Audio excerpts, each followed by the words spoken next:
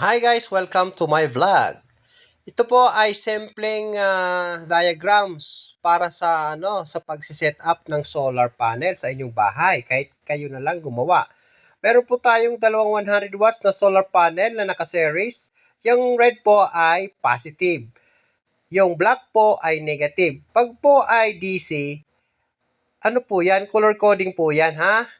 Yung galing sa solar panel ay dadaan sa circuit breaker papunta sa charger, yung SCC tawag po doon. So yung SCC po ay may dalawang output. Ang output po niyan ay 12 volts. Dadaan din po yan sa breaker papunta sa battery. Okay? Nandiyan na yung kurente na galing doon sa solar. Tapos, mayroon po yung isang output na direkta. 12 volts po yan. Kaya po may red at black kasi po ang direct current po ay may polarity po yan. Yung red ay positive, yung black ay negative. Yun yung po yun, 12 volts sa mga appliances na 12 volts.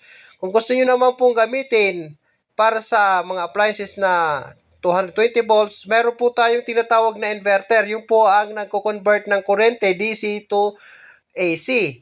Direct current to alternating current. Ayan na po, Ayan na. Napakasimple lang po, di ba? Thanks for watching. Bye-bye!